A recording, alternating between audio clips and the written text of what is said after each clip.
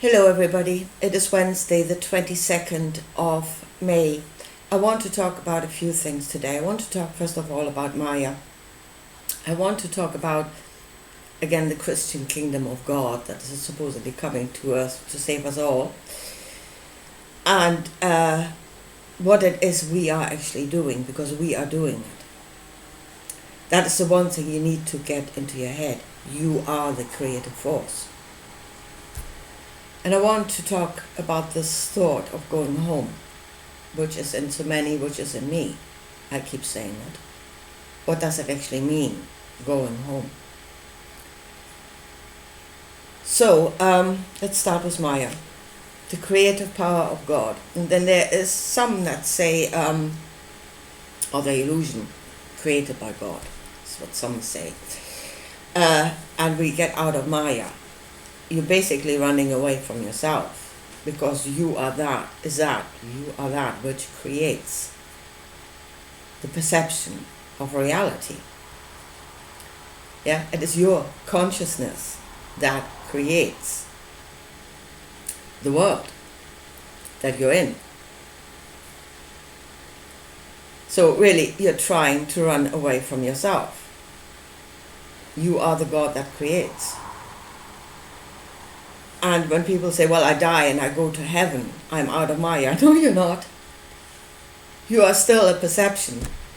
You're still consciousness that has somehow slipped onto another bandwidth. I'm going to talk about that in a minute. But you're still perceiving a reality, just a different one. So no, you have not gotten out of Maya, because you're still there. Your consciousness is still there and it's still creating. So, I mean, the Eastern traditions will tell you there is a way out of Maya. Absolutely. And that is to fry your own consciousness. And that is the ultimate suicide. That's the only way out.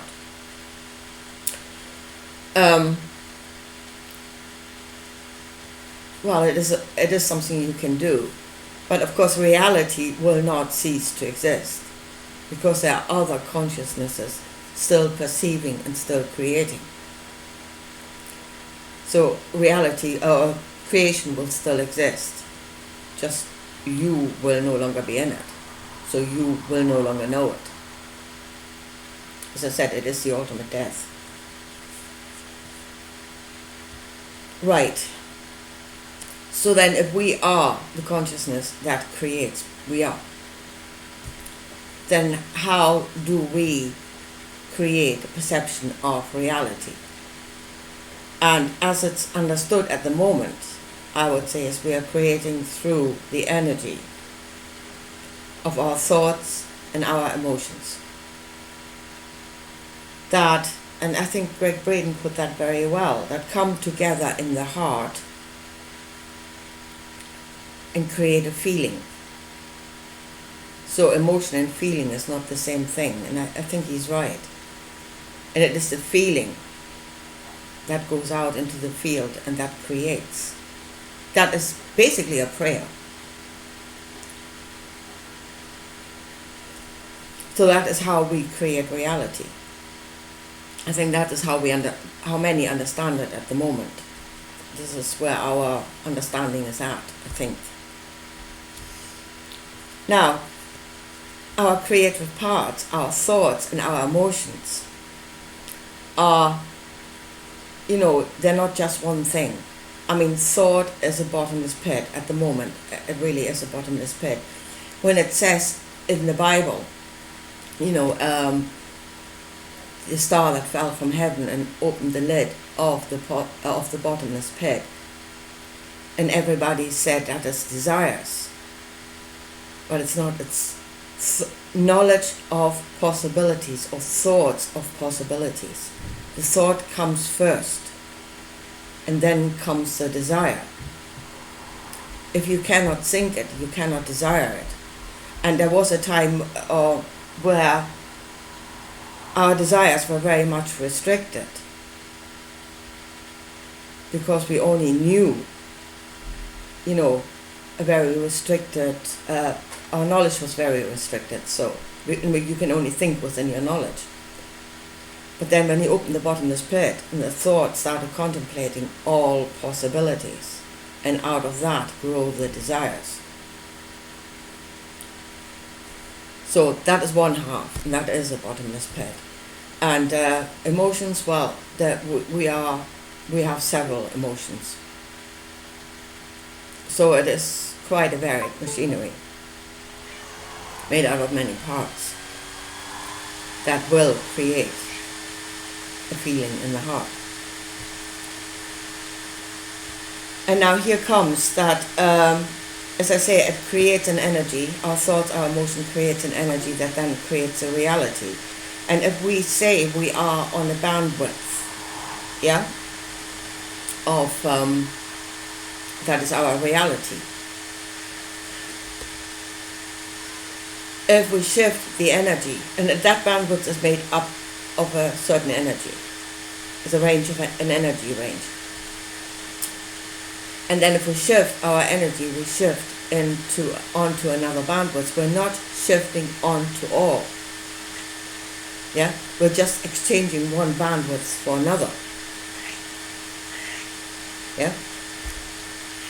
Well, then if you perceive that this as a prison, which it's not, but if you perceive it as a prison, then you're only going into another prison. Unless, I said, you take the ultimate way out.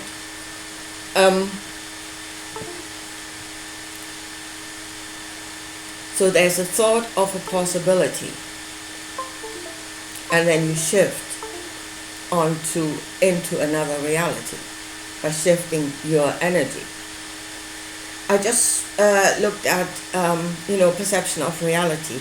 I just watched the Inspire channel, and there was a very good point there, and that is when he was talking about, and I've talked about that before, like if you are in shock, yeah, and you kind of detach and you're kind of standing outside of yourself, being the observer of what is happening.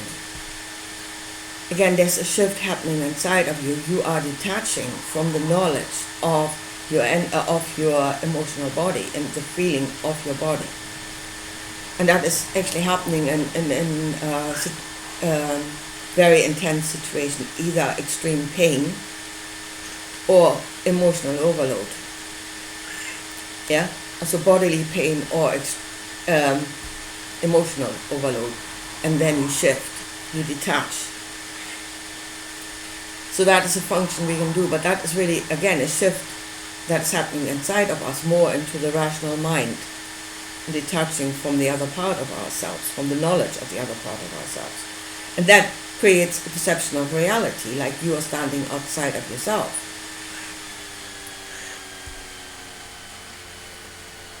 So that's what they are doing. Yeah? And those are the portals they are creating into other worlds, into other dimensions. It's a shift of their own energies that then creates the knowledge, the perception and the knowledge of another reality, of another bandwidth. They are becoming the energy of a different bandwidth, of a different reality. And yes, sorry, there may be other beings that live on that bandwidth that we usually wouldn't perceive. So there's a knowledge of other beings that live on different bandwidths. So now let's come to the God of the Bible and the Spirit that creates. Yeah? The thought and the desire that creates a reality. That is a specific energy that will take you into a specific reality.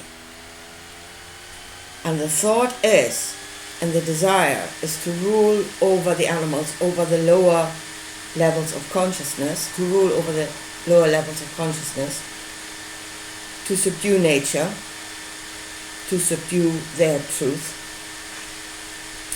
and to have dominion over this earth. Yeah, those are thoughts, desires, and intentions. Yeah, they're perceiving and they are going toward an outcome, which is they have dominion over this world. And that creates. Now God, that spirit, is making himself known to man. Man become the fullness of that spirit, and then they become the energy of that spirit in this world.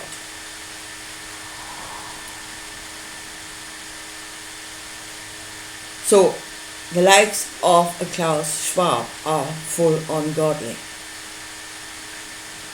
Yeah? The Spirit of God is the thought, the emotions that possess a being, and the being becomes the fullness of the Spirit. It becomes the image of that Spirit, and then it creates. And you know the fruits of that Spirit, because it's in this world. The reality it creates, you know it. But there's something else here. So they have shifted their own consciousness, and it is really creating an imbalance in yourself. Again, this moment of shock when you are beside yourself, that is an imbalance. You're usually one being, but you create an imbalance by shifting only into one part of you, which is not your natural state. So they are creating an imbalance, and by that creating a portal into another reality. But their intention is not to wander in and out or wander between realities. They are trying to shift this world in its entirety onto that other bandwidth, into that other reality. That's what they're trying to do. I mean, it says bringing the kingdom of God, the kingdom of heaven to earth, or shifting earth toward, actually, I think it was more like shifting earth toward the kingdom.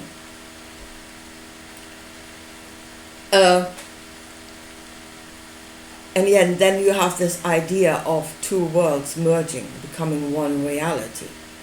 And folks, if that happens, you will come face to face with other godly beings. You will know God. You will live in His reality. And I don't think you will like it then, to be quite honest. I don't think you will be at home in that reality.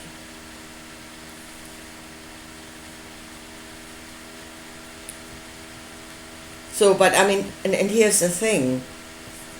It takes energy.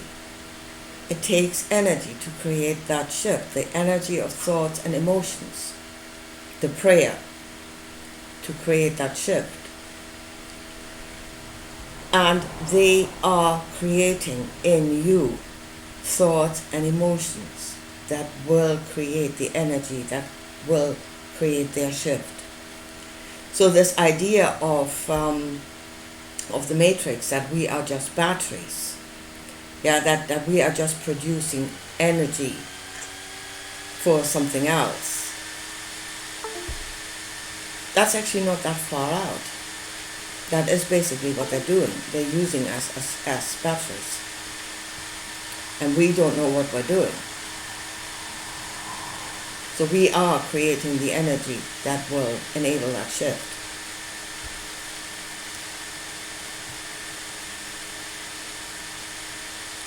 Now, feeling at home. Let's talk about that. Because that's what it is. It's a feeling. I'm going home. I want to go home. That is a feeling. You feel at home. So really, when you say I want to go home, how do you want to feel? What is a feeling you want to experience? And out of that, a reality that is created out of that feeling. Again, the feeling comes first, and it creates the reality. That is really what you need to ask yourself.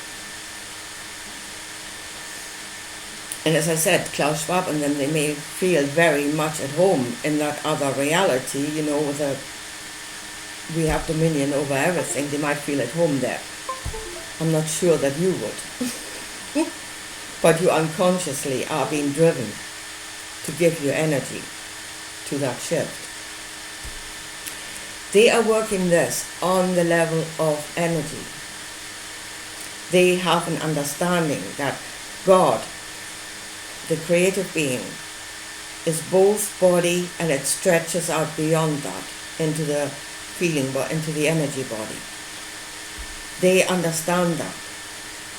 And they understand that the shift in the energy body will shift you into another reality. They understand that too. They understand that there is actually no separation, real separation between the solid and the spiritual. They are both aspects of the same reality. You are spiritual right now. That is another aspect of this reality that you are not aware of, but they are, and they have understood how to work it. And they have understood how to create the shifts. And as I said, I really think they're trying to shift this entire thing into another reality.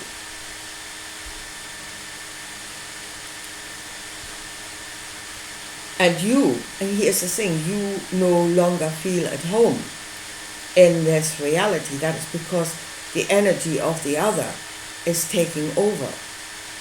What was here, this world that humanity was in for so long, was our home. And we no longer feel at home because the energy is shifting. And it is creating a different reality in which we are no longer at home.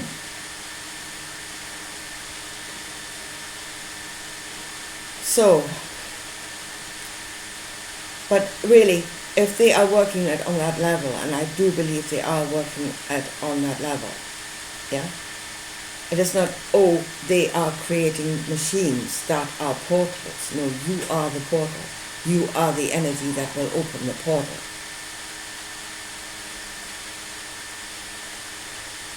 So if they are working that on that level through an understanding of what we are and what we do, then the only way we can stand up against it is to get a better understanding of ourselves. And really, if we are the creative being, and we create through our energies, we create realities, then we must understand what it is we are doing, and we must be in control of our own energies. Yeah? Not having them controlled by something else. We need to be in control, understanding and control. And once we do that, they have no more power over us. And here's the thing, when you say God is an all-powerful being, you're thinking about a being somewhere else that has complete power over you. And in a way they have. Because they understand you and you don't. So they work you like a puppet, like a machine. That is their power over you. They understand you. They have knowledge of you. That is their power. But once you have that understanding yourself, and you take control of your own creative energies, they have no more power over you.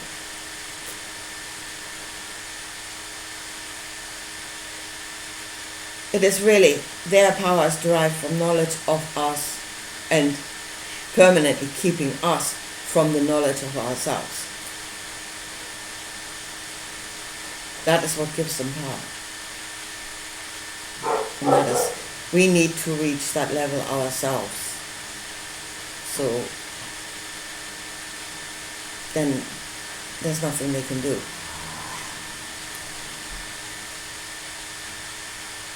Anyway, here, that is what I wanted to say for today. And I'll talk to you again soon. Bye.